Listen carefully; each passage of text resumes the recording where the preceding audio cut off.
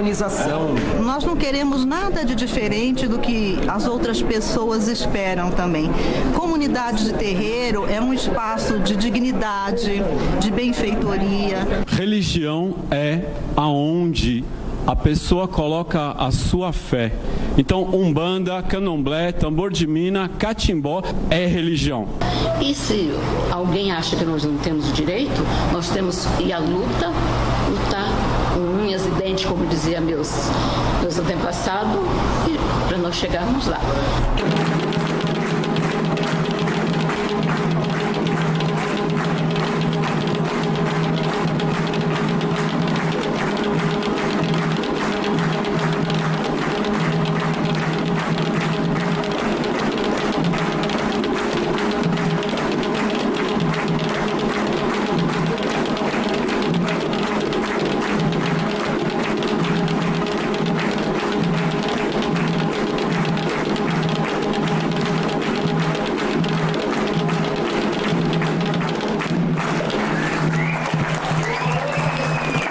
Eu sou Cláudia Alexandre e essa é a voz das religiões afro. Eu estou aqui com o Dr. Edio Silva Júnior. Nós ouvimos um toque ao orixá Xangô, é isso? Pois é, Xangô foi citado no Supremo Tribunal Federal e foi muito bonito ver na fala dos ministros a citação ao Xangô. O símbolo de Xangô remete a um símbolo universal de justiça. E a ideia de senso de justiça num país plural como o nosso significa que todos os grupos humanos, todos os grupos religiosos devem ter igualdade de tratamento, igualdade em dignidade e igualdade de respeito. Portanto, todas as vezes que nós, povo de Axé, nos reunimos, que nós nos indignamos contra a injustiça, todas as vezes que nós denunciamos a intolerância religiosa, nós estamos reverenciando e estamos honrando o legado de Xangô.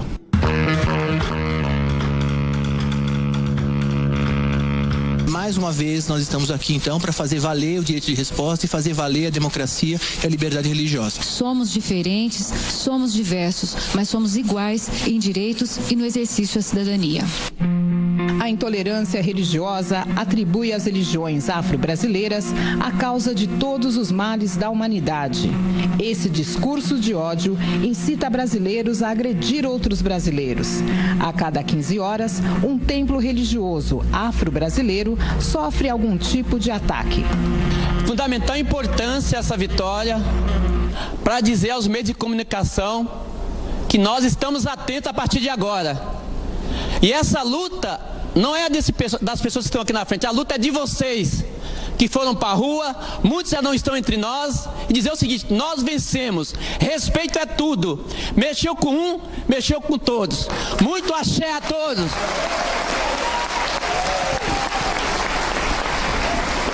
Em 2003, houve uma manifestação na Avenida Paulista de muita saudosa memória e eu gostaria de saber, Paulo Mansur, quem esteve lá em 2003? Quem esteve lá? Olha que maravilha, o tanto de pessoas estiveram lá e eu queria falar com Mãe Carmen de Oxum, queria ver minha mãe, primeiro de tudo, sua bênção. Segundo de tudo, o que a senhora achou daquele dia, quais as lembranças que a senhora pode trazer para a gente daquele dia? As lembranças são extremamente fortes, me remete, me volta ao passado, me volta a sentir saudade de pessoas que lutaram bastante, que fizeram muito para que esse dia também acontecesse.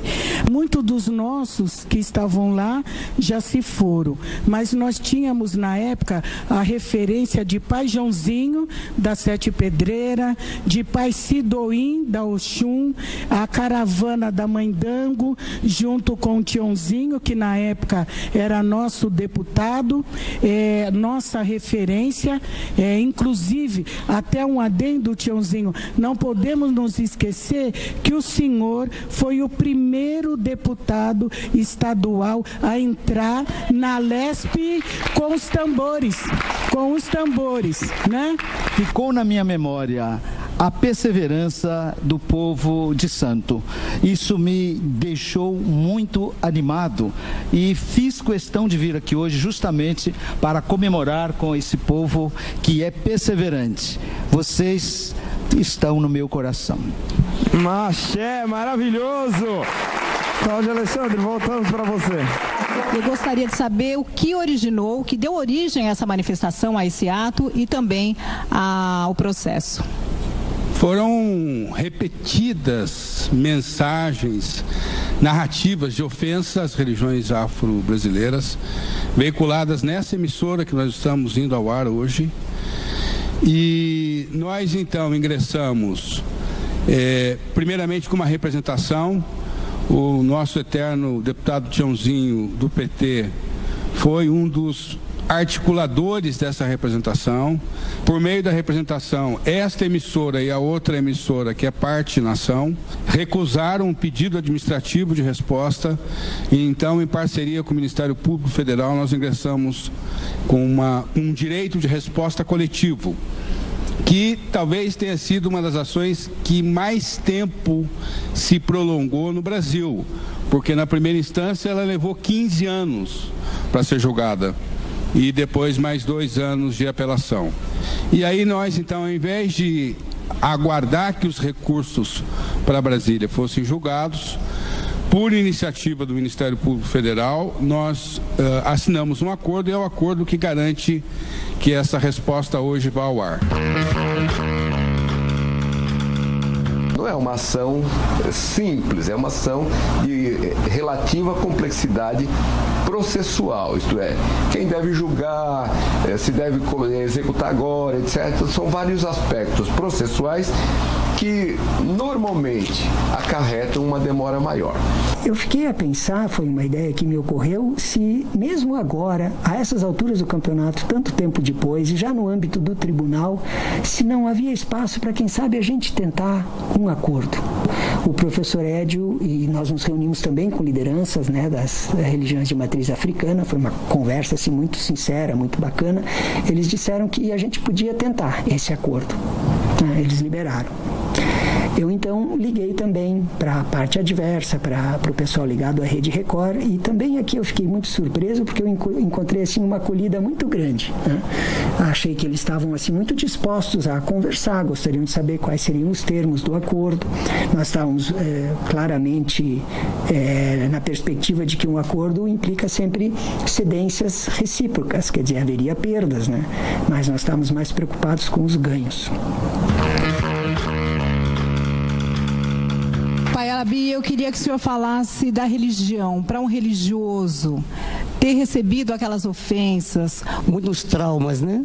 Muitos traumas, eu acredito que não só para mim, como sacerdote da religião, mas para muitos dos meus irmãos que tinham que ouvir, né, aquelas ofensas, né? Eu mesmo, na qualidade de sacerdote, eu sentia que algo ia vir a nosso favor, porque Xangô sempre esteve com a gente. Pai Cássio, como é que o senhor viveu esses tempos todos de demora para o resultado dessa ação? Quando o doutor Edio, quando o Tiãozinho, quando todos os presentes se movimentaram, eu tinha uma enorme esperança que nós iríamos vencer. Eu sabia da dificuldade, mas a esperança é algo que cala fundo dentro do coração do povo do santo, do umbandista. Então um dia viria a vitória. Tardou, mas chegou. Perfeito. Doutor Daniel. Então, eu até queria ressaltar essa dimensão também, porque havia um ineditismo nessa tese também, e que inclusive ficou cristalizado no julgamento no TRF, isso independentemente do acordo, isso está lá como julgado, que é um direito de resposta manejado pela tutela coletiva. O que é esse palavrório jurídico? É você optar coletivamente por um direito de resposta a partir da Lei de Ação Civil Pública. De fato, quando a gente pensa coletivamente o exercício de direitos, é que a gente pode chegar mais longe. Por isso que eu estou muito emocionado. O desafio hoje aqui foi segurar a emoção, depois de tanto tempo, depois de toda essa história de luta, e a gente coletivamente ter um desfecho que finalmente vai para o ar. A polícia corria atrás e descia o couro em quem era da Umbanda ou Candomblé, né? Nós não podemos retroceder na conquista dos direitos. O mundo atual exige de nós determinação, disposição de luta, no sentido de não permitir nenhum retrocesso, nenhum passo atrás na proteção do direito à vida e na garantia da liberdade religiosa. Nós estamos pedindo que vocês nos conheçam para depois vocês saberem o que falar sobre a nossa religião. Venha perguntar para nós que vocês vão saber que a nossa religião é tão boa quanto qualquer outra. Axé. Doutor Edio, havia alguma possibilidade de não ganhar a ação? Nós estávamos lutando contra emissoras poderosas que contratam bancos de advogados pelo país, não é? Que tem influência na política, que tem influência nos palácios do governo. E quem nós éramos contra esse poderio? Nós éramos pessoas que acreditavam na justiça, mas que os advogados nem de longe têm condições materiais, econômicas de fazer frente ao poderio que essas emissoras têm. Eu diria que foi uma luta de Davi contra Golias. A junção da pressão política do povo de Axé e a destreza dos advogados é que evitaram o não. Mas nós, com certeza, poderíamos ter morrido na praia, tanto que a ação na primeira instância levou 15 anos até ter uma sentença. Obviamente, a pessoa que não se sente contente com a decisão judicial de primeira instância sobe para o tribunal e assim sucessivamente. Nós achávamos que eles estavam dentro do direito, mas você veja bem, nós discutimos liminarmente 13 anos. Esse processo desceu da maior corte do Brasil, voltando para a primeira instância para julgar mérito. Mérito ganhamos também. Subimos para o tribunal, fizemos sustentação oral no Tribunal Regional Federal aqui de São Paulo, ganhamos também por votação unânime. Foi assim um sucesso.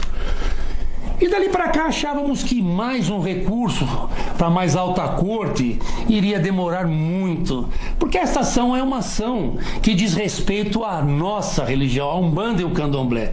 Não é uma religião que não é um assunto de interesse da sociedade. Portanto, essa ação iria ficar lá um bom tempo. Então nós procuramos fazer um acordo, tá entendendo? E por fim a essa demanda.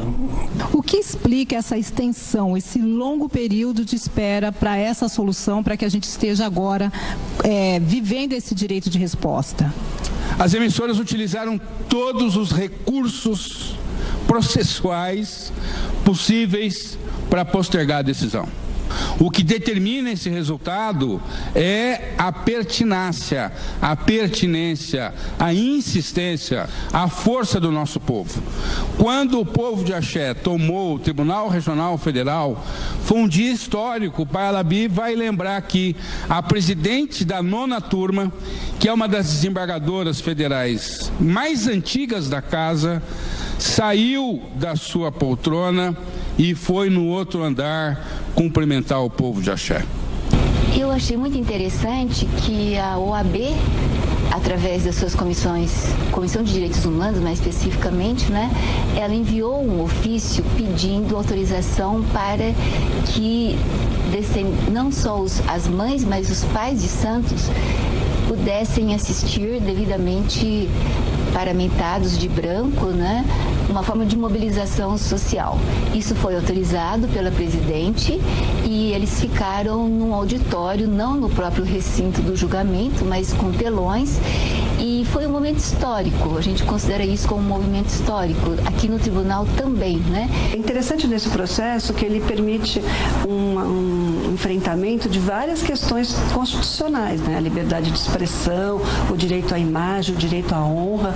Então, essa jurisprudência, esse julgamento pode impactar, sim, outros direitos constitucionalmente protegidos. A liberdade religiosa, a laicidade do Estado, né, o princípio da laicidade do Estado, é um princípio que surge logo depois da primeira Constituição republicana. Não se deixe abater pela opressão e lute pelo seu direito, porque ele está acima de tudo. O direito que você tem de professar sua fé, o direito que você tem de praticar o rito de sua fé, o direito que você tem de expressar a fé que você tem, ela é igual para absolutamente todos e ninguém pode impedir isso. Bom, eu vou perguntar para todos o que mais precisa ser feito para que a gente acredite sempre na justiça de Xangô. Cada vez mais a gente não pode deixar passar. Então, mais do que a gente está fazendo aqui hoje é fundamental, que a gente sim se encontre mais, mas cada vez mais pensando várias dimensões, quando a gente pensa o racismo religioso, quando a gente pensa outras questões também, para que a gente não deixe passar. Perfeito. Pai Alabi, o senhor. Eu queria dizer o seguinte, que a nossa religião, né, o nosso candomblé, é um candomblé de todos, do negro, do amarelo, do branco. Veja quantos brancos tem aqui e quantos brancos têm defendido a nossa religião. Então, houve essa mudança muito grande nas nossas casas de candomblé.